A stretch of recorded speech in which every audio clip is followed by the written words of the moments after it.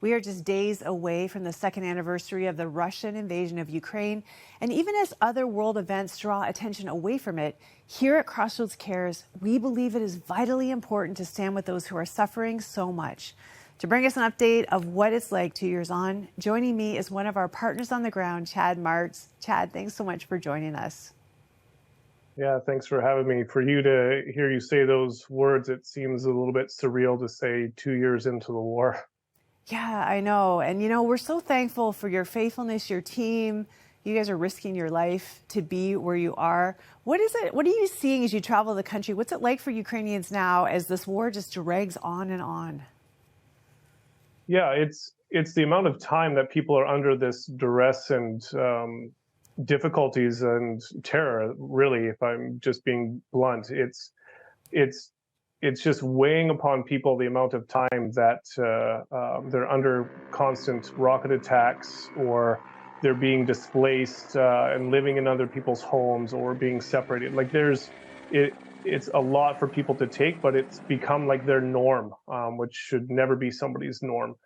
But what we do see is just incredible stories of people and their resolve and who have chosen to stay. And I think one just recent trip that we did really stood out to me was there's this destroyed village, but there's a church that has been like erected there. And this pastor has chosen to stay, but what he has gone through himself, when we were in the service, we just couldn't believe what he was saying. Is when he was under occupation for 9 months, his daughter had traveled over the Antonovsky Bridge to visit her grandmother, and that was when Ukraine had struck it with HIMARS rockets to be able to cut off the supplies from the Russian forces, which eventually was able to liberate that area. But what happened as a result of it is that he was separated from his daughter. She was now in the occupied side on the other side of the river. And she has been there for over a year. She's lost 40 pounds. She's only able to get sporadic messages to him. And for somebody like myself who has a daughter around the same age, I can't even put myself in that same position. But yet he has chosen to stay under regular rocket attacks, and he's serving this church of people that are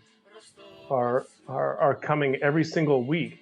And so it's just the depth of servanthood to Jesus that's just so remarkable when we travel across the country.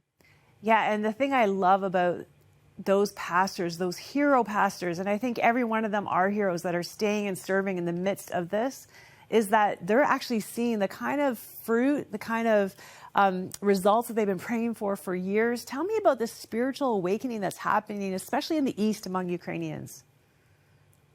Yeah, I mean, it's been a pretty consistent conversation that we've had with people who grew up under communism. And during that time, the church was so oppressed, and people at that time were really praying for an opportunity to share the love of Jesus.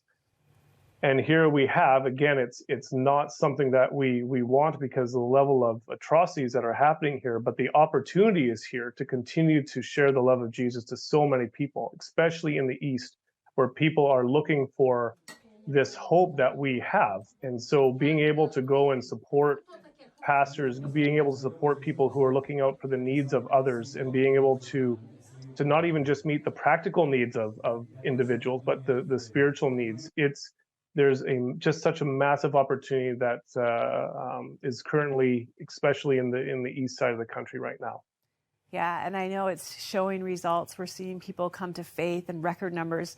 I love that you mentioned the other needs of people, the spiritual needs, because I know that you and your team are responding not just with practical help, but with that prayer, that singing songs with them, talking to them.